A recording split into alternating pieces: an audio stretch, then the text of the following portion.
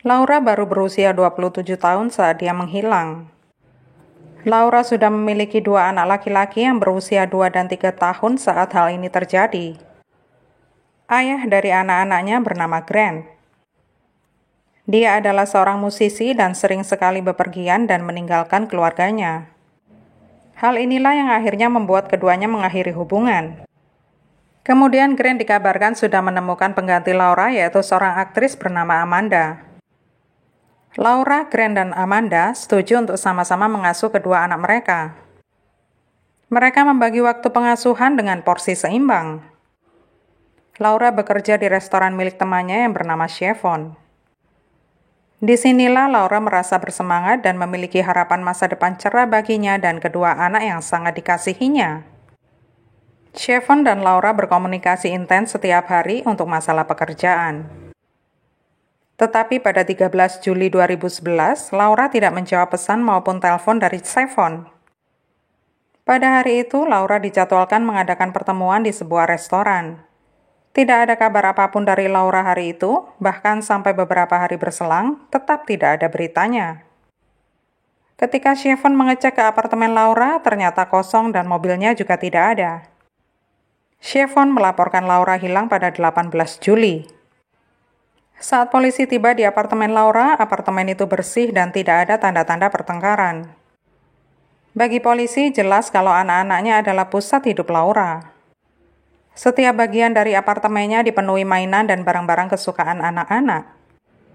Beberapa tanamannya juga mati karena lama tidak disiram. Polisi melihat ada kamera CCTV di dekat apartemen Laura dan juga di dekat pintu keluar. Laura terlihat terakhir dalam rekaman CCTV pada 13 Juli sekitar jam 8 pagi saat dia hendak menghadiri rapat kerja. Dari Chevon, polisi tahu bahwa Grant dan Laura bertemu setiap hari Jumat jam 5 sore untuk menyerahkan kedua anaknya dalam pengasuhan Grant. Polisi menelpon Grant dan bertanya kapan terakhir bertemu Laura. Grant mengatakan bahwa mereka seharusnya bertemu pada 15 Juli di sebuah pom bensin, tetapi Laura tidak datang hari itu. Polisi menelpon pihak pom bensin untuk melihat rekaman CCTV mereka. Tampak di sana, Grant bersama anak-anaknya memasuki toko tempat Grant membeli rokok. Mereka menunggu Laura di depan toko sebentar, tetapi saat dia tidak muncul-muncul, mereka bertiga pun pergi. Pada 19 Juli, informasi tentang hilangnya Laura dirilis ke media. Polisi mendapat informasi dari seorang teman Laura yang bernama Oksana. Dia mengirimkan voicemail dari Laura pada 13 Juli pukul 16.19. Laura mengatakan hendak pergi ke apartemen Grant dan Amanda untuk mengunjungi kedua anaknya dan janjian akan menemui Oksana pada jam 7 malam. Tetapi sayangnya Laura tidak datang ke rumah Oksana hari itu. Saat polisi bertemu dengan Oksana, mereka mendapat informasi kalau mobil Laura ditemukan. Mobil itu ditemukan hampir 400 meter dari rumah Amanda dan Grant. Polisi segera memeriksa isi mobil dan bagasinya. Tidak ada tanda-tanda kekerasan di dalamnya. Polisi kini bisa menentukan bahwa Laura menghilang antara 16.19 sampai 19.00 pada 19 Juli. Polisi juga meyakini kalau Grant dan Amanda tahu lebih banyak tentang hal ini dan kemungkinan besar mereka terlibat. Polisi memutuskan untuk kembali berbicara dengan Chevon. Chevon mengatakan pengasuhan anak di antara mereka tidak berhasil. Chevon mengatakan kalau Laura pernah memberitahukan kalau Amanda tidak menghargai dia. Polisi juga mendapat informasi yang sama dari teman Laura yang bernama Heidi. Heidi dengan jujur mengakui kalau dia tidak suka Grant dari sejak awal melihatnya. Di depan publik, Grant tampak baik, tetapi yang sebenarnya dia sangat narsis dan tukang mengatur. Heidi memberitahukan kalau tanggal pengadilan terakhir mereka atas hak asuh anak sudah tidak lama lagi. Polisi langsung menelpon Grant dan meminta kesediaannya untuk berbicara dengan mereka. Grant menolak karena dia berada di luar kota. Polisi pun segera membawa surat perintah penggeledahan atas apartemen Grant dan Amanda. Pada 20 Juli 2011, apartemen mereka digeledah. Begitu membuka pintu, polisi langsung mencium bau pemutih yang kuat. Di ruang depan, ada noda pemutih berukuran besar. Karpetnya berwarna sangat gelap, sementara nodanya berwarna lebih terang dan sangat kontras. Di kamar mandi, polisi juga menemukan bau pemutih. Tirai shower tampak dilepas dan bathtub tampak sangat bersih dan bahkan berkilau. Polisi mendapati catatan tulisan tangan dengan 2 sampel tulisan tangan yang berbeda. Tampaknya itu semacam surat kesepakatan. Dikatakan di sana, Grant bersedia membayar Laura sejumlah $25.000 sebagai ganti hak asuh anak mereka. Laura menandatanganinya tertanggal 13 Juli. Satu petunjuk terakhir yang ditemukan polisi menunjukkan bahwa sesuatu yang mengerikan telah terjadi di dalam apartemen itu. Seorang detektif menemukan gergaji bolak-balik yang biasanya digunakan untuk renovasi. Polisi tahu bahwa sekitar 4 km dari apartemen ada Walmart yang menjual gergaji seperti itu.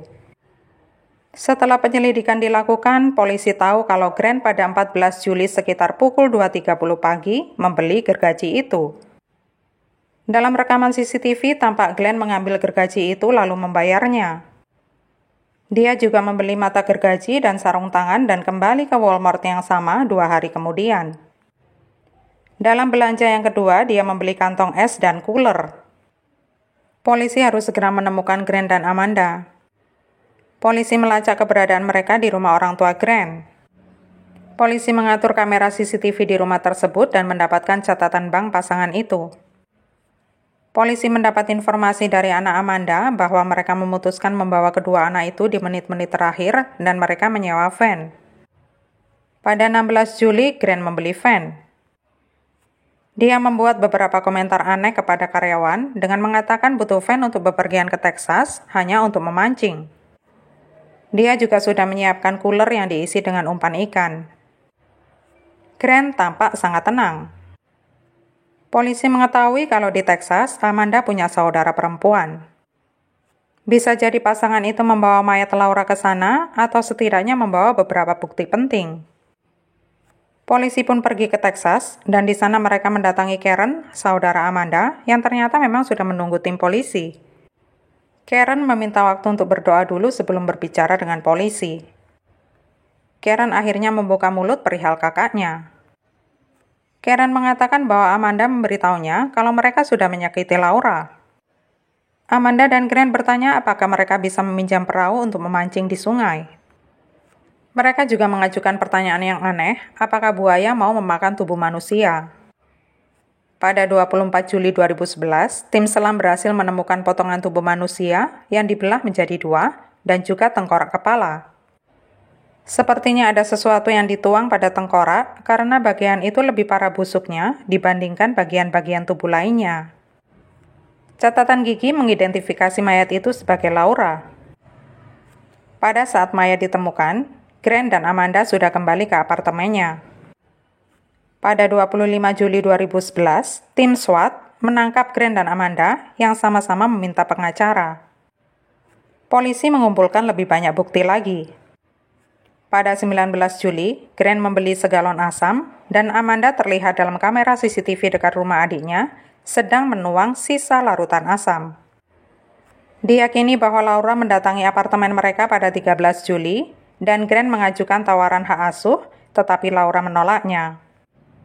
Pasangan ini pun membunuhnya dan mencoba menghilangkan bukti dengan menyingkirkan tubuhnya. Pada 16 September 2013, Grant dituduh atas pembunuhan tingkat pertama dan dijatuhi hukuman seumur hidup tanpa pembebasan bersyarat. Amanda pada 18 Februari 2014 dijatuhi hukuman 13 tahun penjara atas pembunuhan tingkat 2.